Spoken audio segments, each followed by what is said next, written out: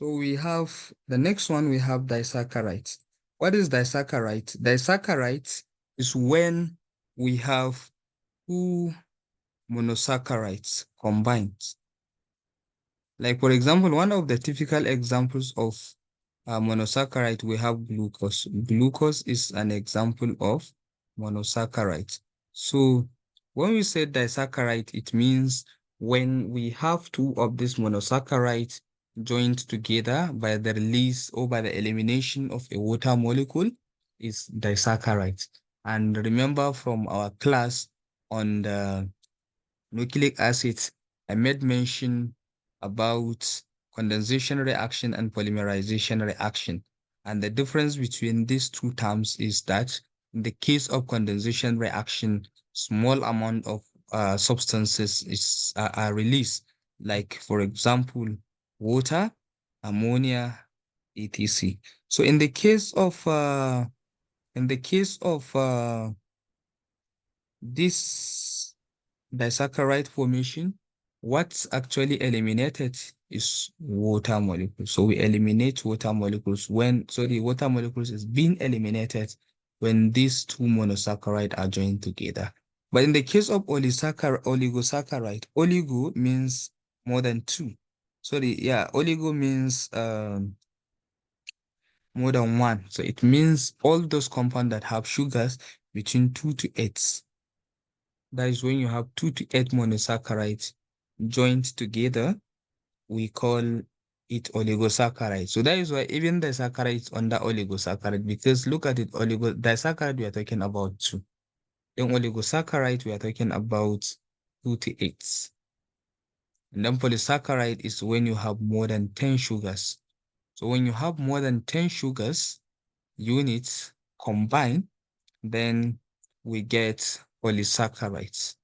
And we'll talk about this polysaccharide. We have homopolysaccharide and heteropolysaccharide, and we'll talk about them as the lectures progress.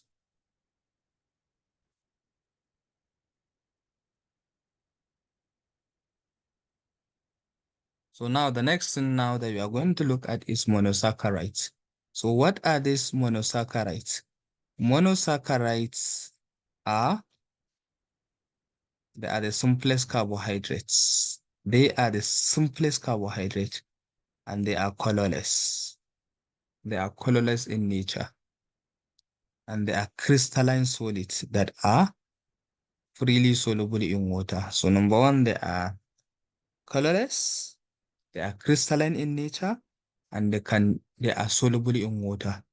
And most are sweet in taste. They are sweet in taste. So at least from here we talk about 4 different properties, 4 to 5. One, they are smallest carbohydrates, colorless, they are crystalline in nature, and they are soluble in water, and they are sweeter. So it means that we talk about almost six properties of these oligosaccharides. Okay. So now monosaccharides. Monosaccharides are those which cannot be hydrolyzed further into simple forms, also called simple sugars. So remember, I told you that monosaccharides, you can no longer hydrolyze them. When we say hydrolyze them, it means that you cannot break them. You cannot break them because hydro means water. Lysis means breaking down. So it means that when we say hydrolysis, to use water to break something. So you cannot use water to hydrolyze monosaccharides. So monosaccharide cannot be break down. And this is the general formula for monosaccharides. Cn open bracket C open bracket H2O then close bracket N. And we classified monosaccharide on different aspects or on different bases. Number one, some carbohydrates are classified based on the number of carbon atoms. Based on the number of carbon atoms. Like for example, if they have 2 or 3, we call it triosis. We call it tetrosis if the number of carbon are 4. If there are 6, hexosis, heterosis, pseudoheptalose. All these are classification of carbohydrates. So monosaccharides. So monosaccharides are classified on the basis of, that is, we classify them based on the number of carbons that are present in that particular compound. And then we also have the classification of carbohydrates on the basis of the functional group or ketone functional group. So those that have aldehyde functional group, they are called aldoses. And those that have ketone functional group, they are called ketoses. So ketoses are those that have ketone functional group. Aldoses are those that have aldehyde functional group. So now look at it here. We have example as classification of monosaccharides. So based on number of carbon, we have those sugars or those monosaccharides that have 3 sugars, they are called trioses. Those with 4 are called tetroses, with 5 pentoses, with 6 hexoses, with 7 heptoses. And then the classification based on the functional group. So those that have aldehyde, they are called aldoses.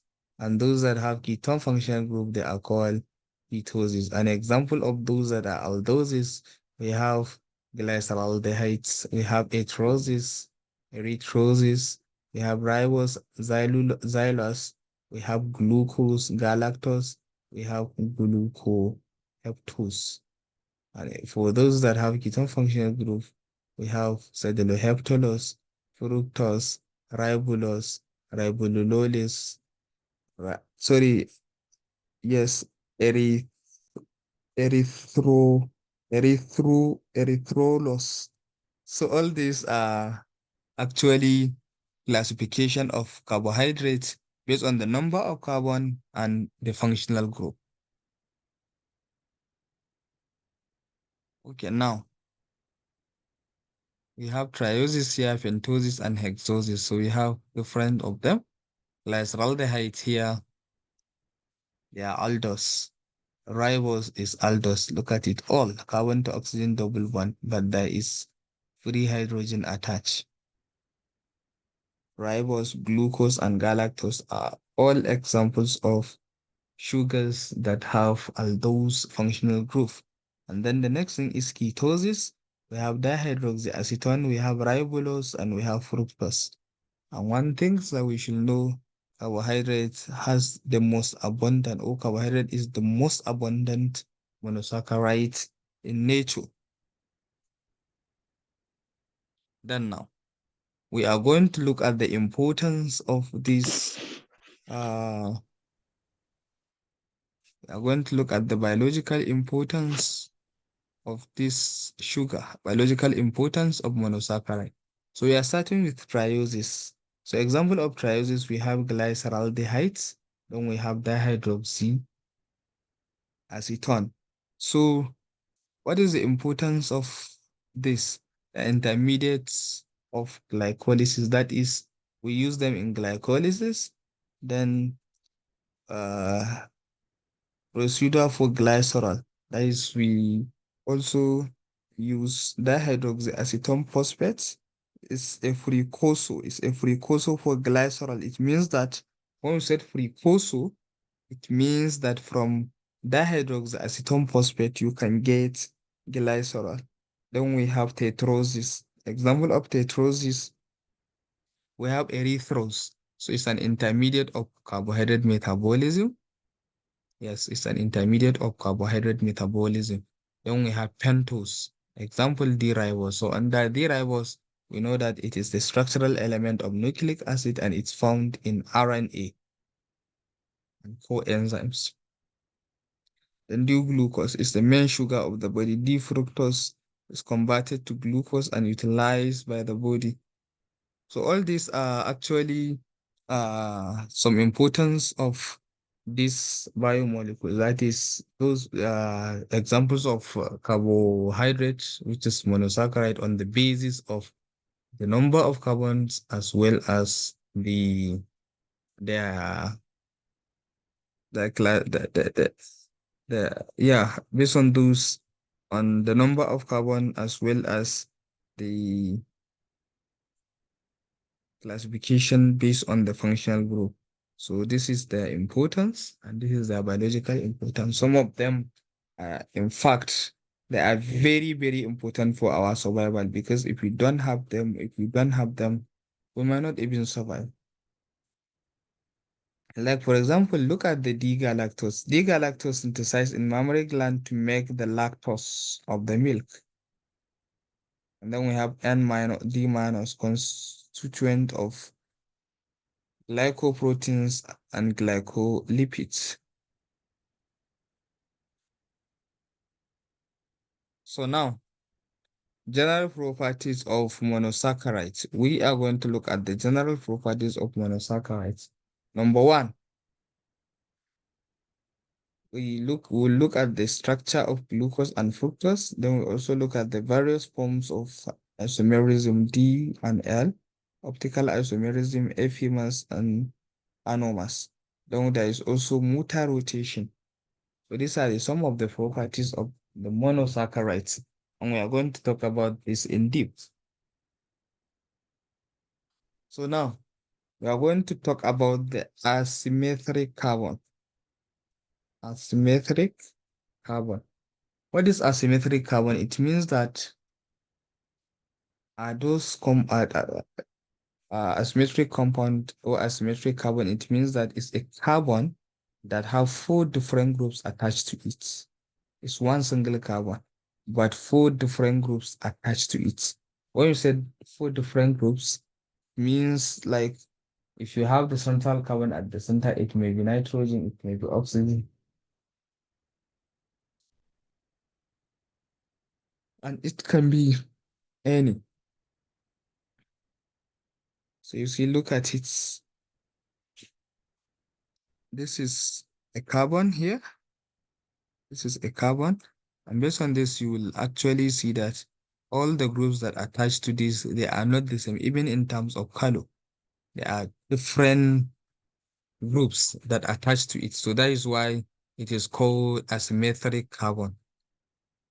And as a result of that, those compounds, they form what we call mirror image.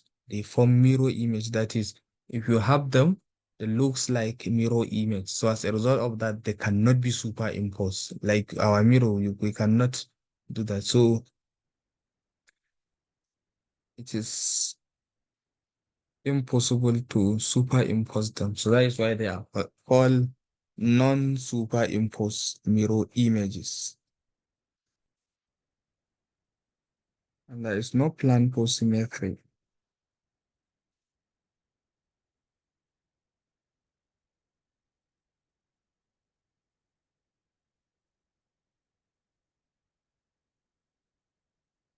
Okay.